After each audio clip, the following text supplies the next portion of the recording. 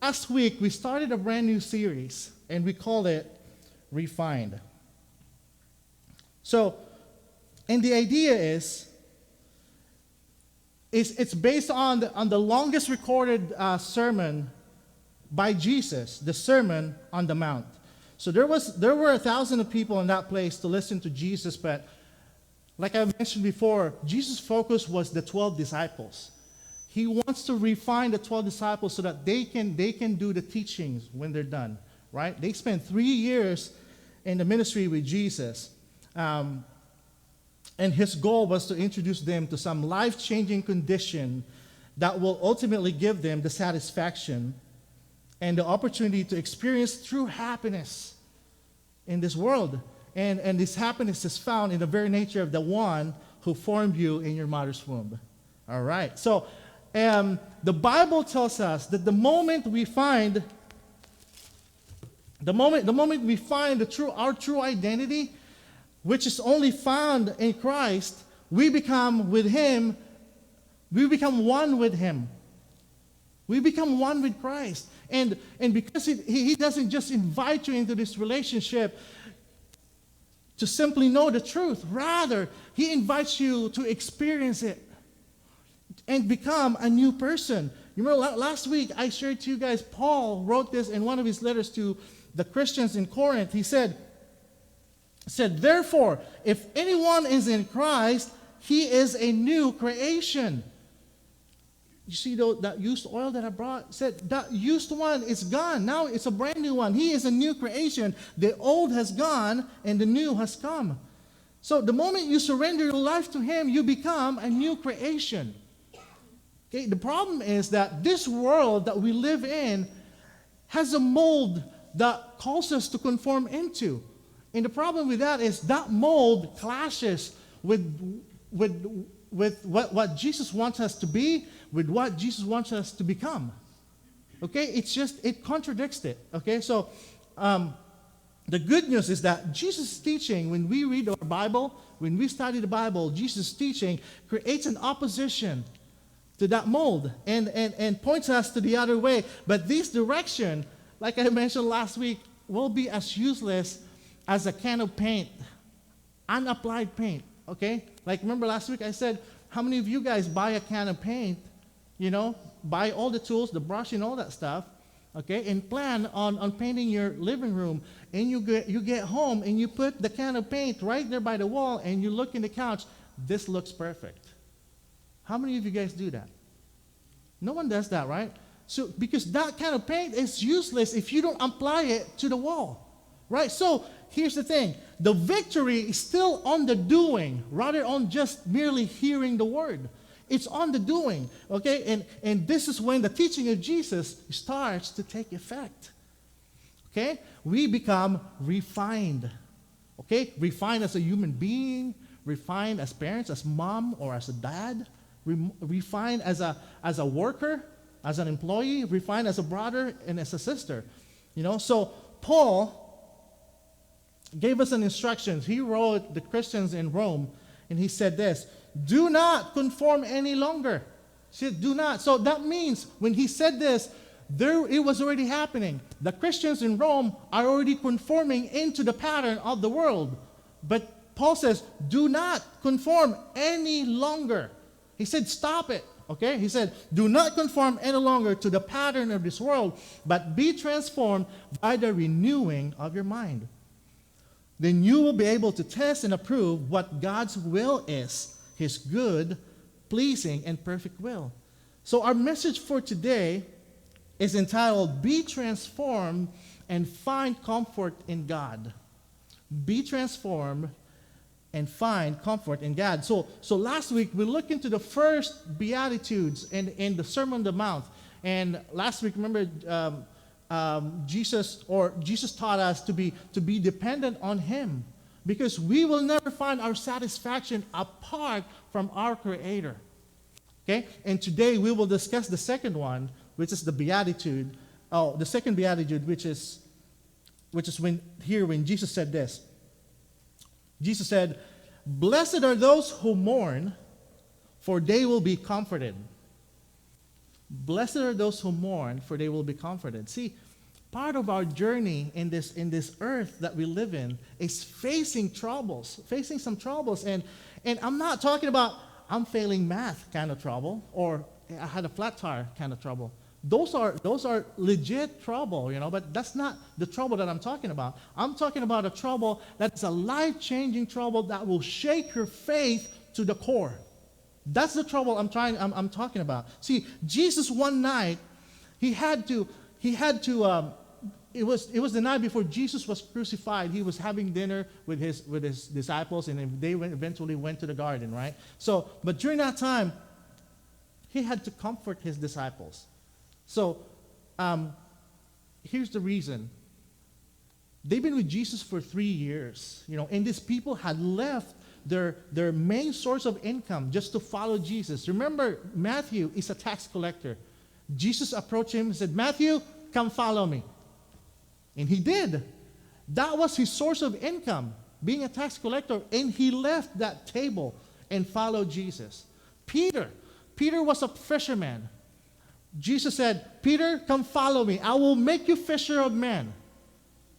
And he did. He left the fishing net. He said, Jesus, I'm going to follow you. And for the last 3 years, all these disciples, they have abandoned their family. They have abandoned what they were doing.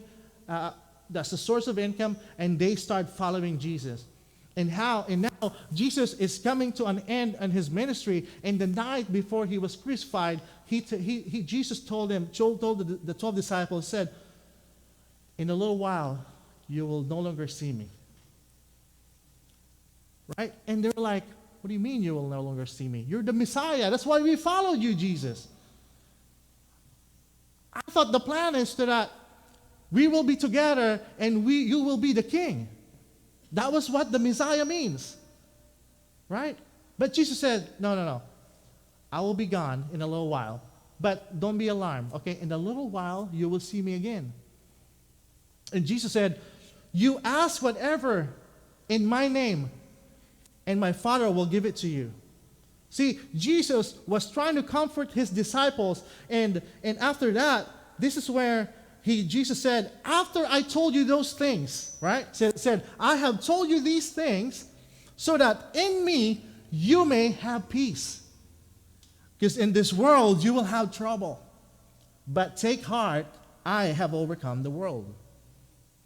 So one thing we need to understand here, and I've said this multiple times, this is not a brand new, if you've been listening to me. During this time, Jesus had never gone to the cross yet. He has never been arrested or flogged.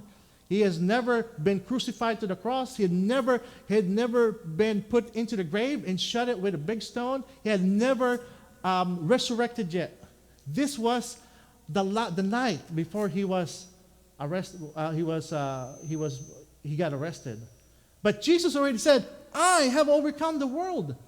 What does that mean? Well, that means Jesus is trying to tell you, his 12 disciples, he said, in time and outside of time, I am an overcoming Savior. What that means is, before the cross, during the cross, and after the cross, I am an overcoming Savior. All right? So, two things that Jesus told the disciples. First, and here's the idea, okay? These two things, apart from each other, are two terrible theology, apart from each other. Okay, first he said, in this world, you will have trouble. It's a given. Jesus said, this is given. If you hear the preacher out there saying, hey, once you surrender your life to Jesus, you will never have trouble. That's a false doctrine. Do not ever listen to that. See, Christianity never promised a life where you get to know Christ and you wake up the next day with rosy circumstances. That is not Christianity.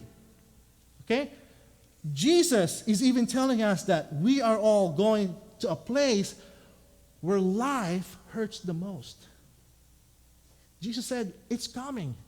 And he was telling his disciples, just be prepared because this is coming. Did that happen? Yes. These disciples died because of the ministry. They were persecuted. Second, he said, in me, I want you to have peace. See, you will never find comfort away from your Maker. That is what Jesus is trying to say. When you face a faith-shaking kind of trouble, when you think you lost someone or something that is dear to you, the only way to be comforted is to seek embrace from the one dear to you, who is God. See, Jesus said this, "Blessed are those who mourn, for they will be comforted." See, what does it mean to mourn and be comforted? And when we started this series last Sunday, we learned that the word blessed means, in Greek is makarios in Greek. That's what the word blessed means. And it simply means, or it means complete, satisfied, or simply means happy. That's what the word makarios is. Okay? Remember I told you guys a place in Greece where they named it Makarios? This place has everything in them. Good weather, fruits, vegetables, trees, vegetation, everything. The weather is good, everything's good. Everything that minerals, they have good minerals. Everything, they have everything in there. Now it's now more known as Cyprus. Okay? But that place used to be Makarios. Okay? So that's how they named that island. But anyway, is Jesus saying that happy are those who are sad? Because that doesn't make sense. Happy are those sad? See, John tells us that there was a man, and this man's name was Lazarus, right? So Lazarus, he was the brother of Martha and Mary, and they lived in Bethany. And when their brother got sick, talking about Lazarus, when Lazarus got sick, their first response was to send a message to Jesus. See, do you guys remember telegraph? When you guys used to send telegram before? Where I grew up in the province, we're close to the office. So in the morning, at 8 o'clock in the morning, you hear that sound. Boop, boop, boop, boop, boop, boop, boop, boop, boop. So that means somebody's sending message through using Morse code. And that was the telegram. And here's the thing with telegram. You have to pay every character. So every message you send, it has to be short, like send money. That's it. It doesn't matter who it comes. So when you receive it, they need money, right? So because you have to pay every character. Nowadays texts are free, but we still abbreviate it. Because we're lazy. That's why.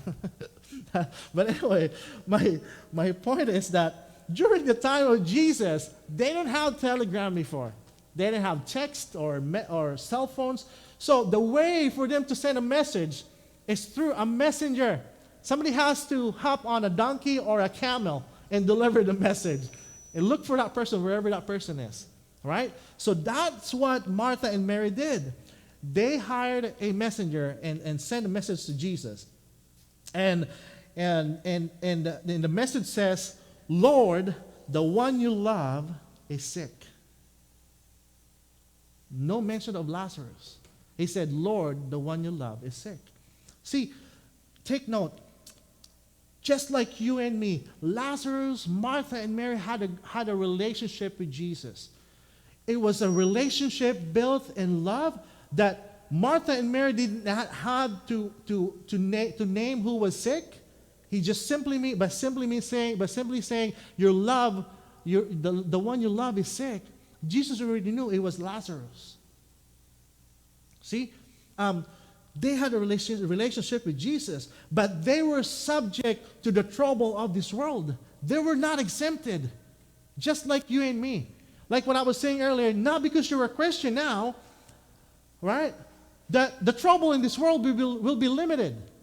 No, as long as you're still here in this earth, you are subject to the trouble of this world. No matter how small or big it is, it will come. So of course, Jesus received the message, and just like you and me, when we come to God, when you get on your knees, if you need something, you want God to respond right away. It's like, Lord, I want it now. Right? Whatever I need, I want it now. Now, especially when we're in trouble, we're asking for guidance and all that stuff, and we're asking God to take us out of that circumstances. We want it to happen right away. All right? But did that happen to this story? No, because Jesus stayed 2 more days where he was staying. 2 more days. He knew that Lazarus, the one he loved, was sick, and he stayed at 2 more days. 2 more days. He told his disciples, after the 2 days, he told his disciples, okay, now let's go back to Judea. All right? So, why? Why do we have to go back to Judea? Well, he just simply told them, hey, Lazarus is dead, so now it's time to go. How insensitive is that? During that time, and what I want you guys to focus on here is that Mary and Martha had been wondering about where Jesus was.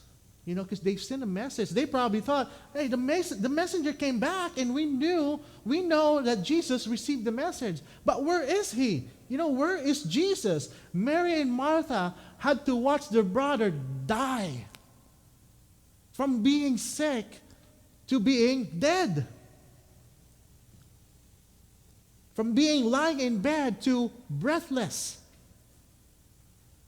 They witnessed their brother die. And in some place, Jesus stayed 2 more days. He had to wait for Lazarus to die. And the most insensitive part in this story is when he said to his disciples, and for your sake, I am glad that I was not there, so that you may believe. Now, if you're one of the disciples, you'll probably ask, "What? Wait a minute. So you're telling me, Jesus, you're saying that you let your friend die so that you can teach us something? How does that make sense? Just so you can teach us a lesson?" Jesus answered, yes.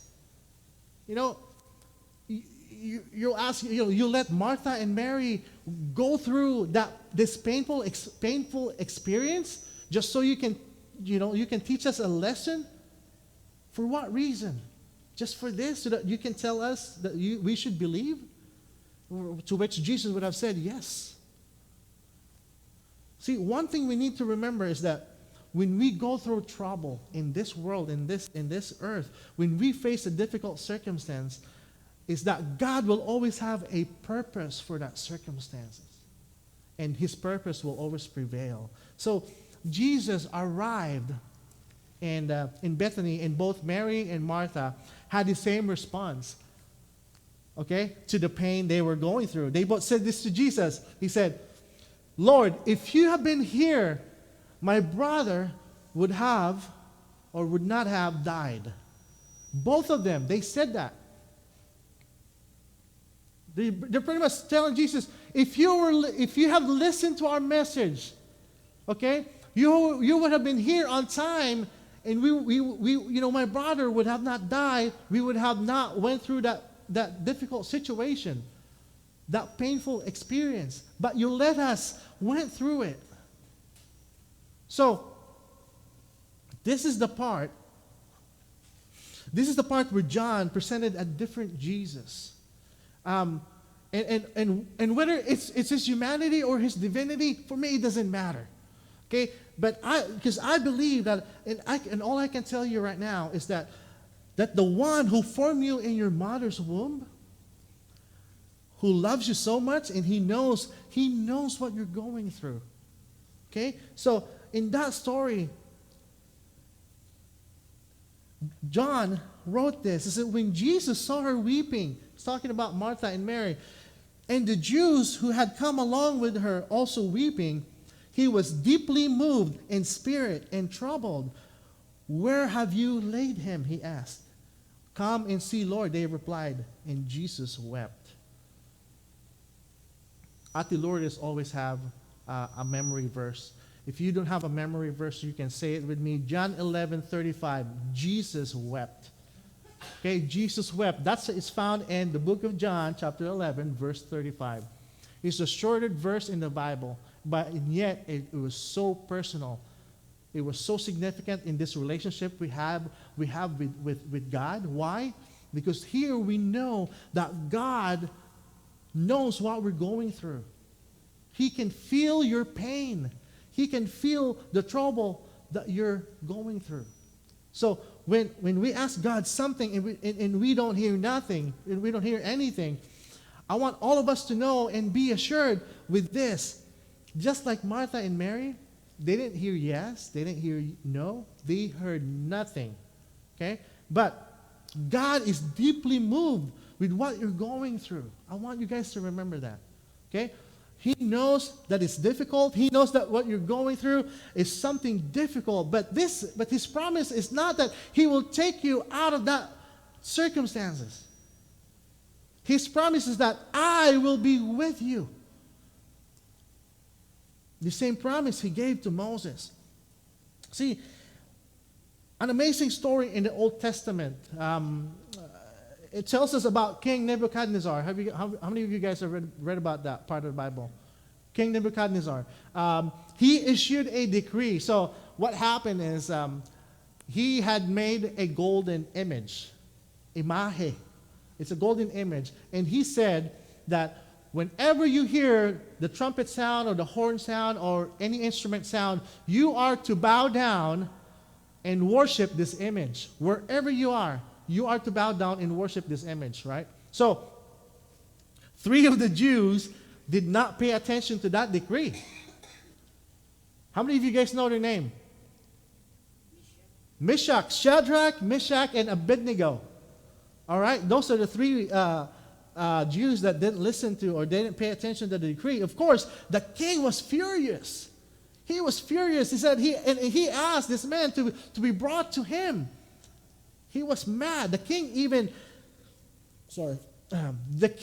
gave them another chance. When they got there, the 3 was in front of them. He gave them chance. He said, one more chance. You are to bow down to that image. And here's what they respond. This is how they responded. Shadrach, Meshach, and Abednego replied to him, King Nebuchadnezzar, we do not need to defend ourselves before you in this matter. How bold in front of the king. If we are thrown into the blazing furnace, the God we serve is able to deliver us from it. Man, that faith is just so much faith in there. And He will deliver us from your majesty's hand. He said, I don't care who you are, but the God that we worship is bigger than who you are. That's what they were trying to tell the king. And they continue saying, but even if He does not, we want you to know, your majesty, that we will not serve your gods or worship the image of gold you have set up. They said, there is no way. Regardless of the answer, whether our God that we worship doesn't listen to us, it doesn't matter. We will not stop worshiping Him. We will not worship the God that you have created. Regardless of the consequences, you throw us in the furnace, it doesn't matter. It will not change our faith. So, guess what the king did? Did they listen to them? No. He ordered his soldiers to have the furnace heated 7 times as usual. And he had these 3 guys, Shadrach, Meshach, and Abednego, thrown into the furnace. 7 times. You know how hot it was? It killed the soldiers who put these 3 guys in there. It killed them instantly, the soldiers. But guess what these 3 are doing inside the furnace? They were walking around. Did you guys read that story? Not that they were just walking around. There was a 4th person in the furnace with them. You know who that was? That was Jesus. So Jesus was with them inside that furnace. And guess what? They were walking around unbound, unharmed inside the furnace. It was so hot, the soldiers that put them in there died instantly. So, listen here to what the king did, or what the king said. Then Nebuchadnezzar said this, Praise be to the God of Shadrach, Meshach, and Abednego, who has sent His angels and rescued His servants. They trusted in him and defied the king's command and were willing to give up their lives rather than serve or worship any god except their own God. Wow. He continues saying this. Therefore, I decree. Now there's a new decree. He said, now I decree that the people of any nation or language who say anything against the God of Shadrach, Meshach, and Abednego be cut into pieces, and their houses be turned into piles of rubble, for no other God can save in this way.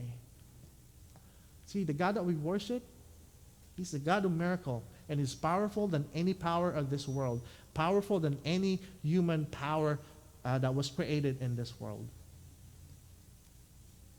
God will not always change our circumstances, however. You guys realize that in this story? God did not make the flames disappear. Okay? Though he can change it, and he will change it. He can. He can change it, don't get me wrong. But he did not change it for Shadrach, Meshach, and Abednego. They were in the furnace with the flame, right? But, again, God will always have a purpose for that circumstances. And his promise is that he will be with you in every step of the way, no matter how difficult the situation is, no matter how difficult the road is, no matter how painful the experience is, he will be with you, and that is the promise of the God who created the universe. He will comfort you. He will give you the comfort that you will need in times of trouble, a kind of comfort that only the God of the universe